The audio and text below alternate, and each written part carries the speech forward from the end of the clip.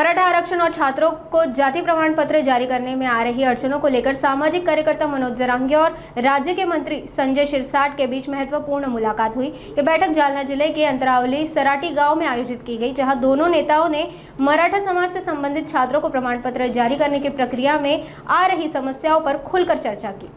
मंत्री संजय शिरसाट ने अंतरावली सराटी में मराठा नेता मनोज जरांगे से मुलाकात की।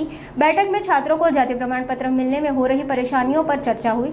जरांगे ने आरोप लगाया कि अधिकारी जानबूझकर प्रक्रियाओं में देरी कर रहे हैं। शिरसाट ने निर्देश दिया कि दस्तावेज पूरे होने पर छात्रों को तत्काल प्रमाण पत्र दिए जाएंगे। जरांगे ने आदेशों के बावजूद कुछ अधिकारियों पर बाधाएं उत्पन्न करने का आरोप दोहराया और जिला स्तर पर निगरानी समिति की मांग की। प्रधान सचिवाला सूचना देण्यात आल्या की एका जिल्ह्यापुरता नाही तर महाराष्ट्रातल्या प्रत्येक जिल्ह्यामध्ये तातडीने आदेश निर्गमित करावेत आणि जात पडताळणी जे विद्यार्थ्यांचं आहे त्याला प्रायोरिटी देऊन तातडीने ते सर्टिफिकेट इश्यू करावे जेणेकरून त्या विद्यार्थ्यांचं ॲडमिशन होईल। आता एक प्रकरण जे माझ्यासमोर आलंय ते IITला त्या मुलाचा नंबर लागला, 18 तारीख शेवटची, 20 फेब्रुवारीला त्याने सबमिशन केलेलं, 20 फेब्रुवारी ते आतापर्यंत त्याला जात पडताळणीचं ते सर्टिफिकेट त्याला देण्यात आलेलं नाही। म्हणून तातडीनं अधिकाऱ्यांना सुद्धा मी स्वतः फोन केला। मला वाटतं अशा प्रकार महाराष्ट्रात जे अनेक ठिकाणी घडत आहेत ते आता घडू नयेत आणि त्याच्यामुळे विद्यार्थ्यांचं वर्षभराचं नुकसान होऊ नये, शैक्षणिक नुकसान होऊ नये म्हणून प्रधान सचिव आता तातडीने ते आदेश निर्गमित करतायत आणि मला वाटतं की आज उद्यामध्ये हे सर्व सर्टिफिकेट इश्यू करण्याचं आमचं धोरण आहे। लय अति महत्त्वाचा विषय आणि खरंच अशी तत्परता पाहिजे। मी इथं आलेत म्हणून नाही म्हणत, साहेबांसारखी जर सगळ्या मंत्री महोदयाने तत्परता घेतली तर गोरगरीब लोक जे आशेनं बघत असतात सरकारकडं, मायबाप ही शब्दानं, मायबापाचा अर्थ खूप मोठा आहे, ज्याला समजून घ्यायचा त्यांनी समजून घेतला पाहिजे। कारण आजचा विषय असा होता की दीपराज घोगरे म्हणून तो मुलगा आता गुवाहाटीला IITला लागलाय आणि 18 म्हणजे जून आता उद्या परवाच्या क्लोज व्हायला लागले ॲडमिशन आणि तुम्ही व्हॅलिडिटी देत नाही म्हणजे मंत्री महोदयांपेक्षा बी अधिकारी शाणे झालेत असा याचा अर्थ व्हायला लागला। आता कशासाठी बाबा, काय पाहिजे तुम्हाला?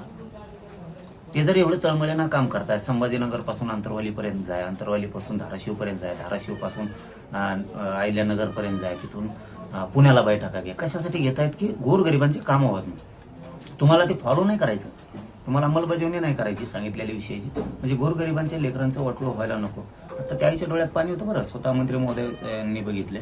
बहुतेक ते कुटुंब अत्यंत गरीब आहे, आता एकुलता एक मुलगा, त्याच्या जोरावरती आपलं भविष्य घडवायचं आहे, रोजीरोटी पोटाची त्याला आता कमवायची, त्यातून नोकरी लागू आणि तिथंच नेमका तुम्हाला घालायचं म्हणजे नरडीचा गोट घ्यायचा नेमका अधिकाऱ्यांना। सरकारला घ्यायची इच्छा नाही, मग अधिकाऱ्याला घ्यायची इच्छा, असा याचा अर्थ आहे का?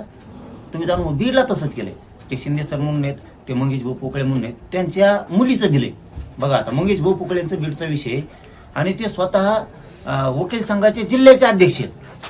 इतक्या हुशार माणसाच्या मुलाचं झालंय 6 महिन्यापूर्वी, मुलीचं रोखून धरलं, काय पद्धती राव? शिंदे सर साष्ट पिंपळगावचे, त्यांचं रोखून धरलं। आता धाराशिवला हीच पद्धत चालू आहे, आपल्या लातूरला पण हीच पद्धत चालू आहे, आमच्या अंबडला सुद्धा भांबेरीचे रोखले आणि साष्ट पिंपळगावचे पण रोखले, असे कित्येक असते। मला माहित होते ही एवढी लोक कदरून गेलेत। त्या कन्नडला आणि फुलंब्रीला तुमच्या संभाजीनगर जिल्ह्यात तिथं असंच प्रोग्राम चालू आहे, लोक रडायला लागले। तो ऍडमिशन मुळे फी भरायला लागते नाही, ते म्हणतात ऍडमिशनच कॅन्सल करतो। गेलं ना 10 वर्ष व्हायला जाईल मंत्री महोदय साहेब त्यांचं। हे अधिकाऱ्यांना काय करा, एकतर यांना आता एकदा गोडीच सांगा, आता तुम्ही चांगली गोष्ट केली, खरंच मनापासून आभार तुमचे की प्रधान सचिवांना तुम्ही सांगून आदेश काढायला लावले, तातडीचे सूचना द्यायला लावले, नाही ऐकलं ना यांना चौकशीत बसून ना यांना सस्पेंड करून टाका। खरं सांगतो, गोरगरिबांच्या लेकराचं कल्याण होणार, कारण गोरगरीब जनता तुमचा शब्द खाली पडू देत नाही, तिघांचा पण, मुख्यमंत्री असतील, 2 उपमुख्यमंत्री साहेब असतील, तुमचा शब्द ही जनता खाली पडू देत नाही आणि जनतेचं वाटत होणार असलं ना खरंच सस्पेंड करा। आमची इच्छा नाही यांच्या अन्नात माती घालायची, कारण एक तर नोकरी मिळत नाही, पण यांना जर काही पैसे घेऊन असं काही अंदाज असं यांचा नोटा कमायचा काही अंदाज असं गरीबाबू पैसे दे नाही तर मग तुला व्हॅलिडिटी देत नाही, प्रमाणपत्र देत नाही, कोणी प्रमाणपत्रात नोंदी निघाल्या तरी देत नाही।